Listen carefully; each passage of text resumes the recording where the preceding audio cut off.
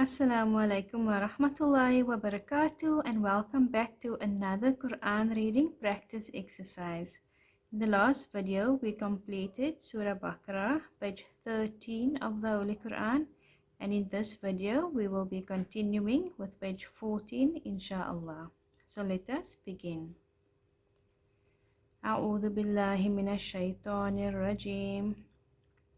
بسم الله الرحمن الرحيم. قالوا ادع لنا ربك يبين لنا ما هي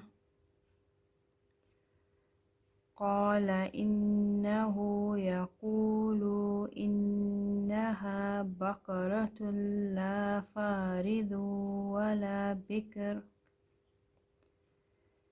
عوان بين ذلك فافعلوا ما تؤمرون. قالوا ادع لنا ربك يبين لنا ما لونها قال إنه يقول إنها بقرة صفراء فاقع لونها تسر الناظرين. قالوا ادع لنا ربك يبين لنا ما هي إن البقرة شابه علينا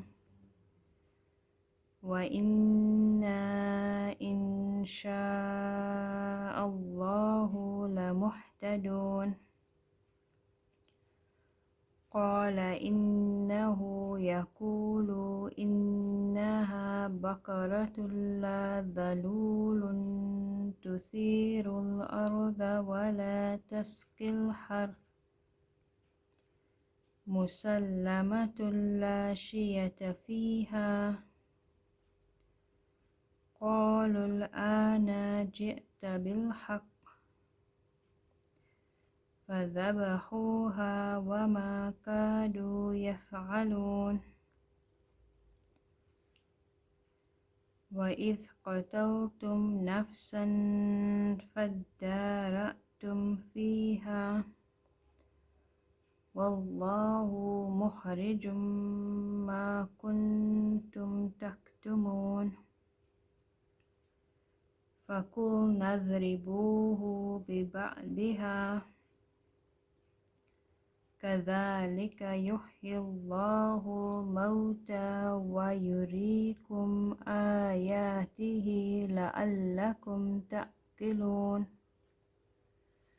Alhamdulillah, and well done on completing Surah Baqarah, page 14 of the Holy Qur'an. If you liked this video or found it helpful, please give it a thumbs up and share it with others so that they may benefit as well, inshallah. I look forward to having you with me in the next video. Love and salams.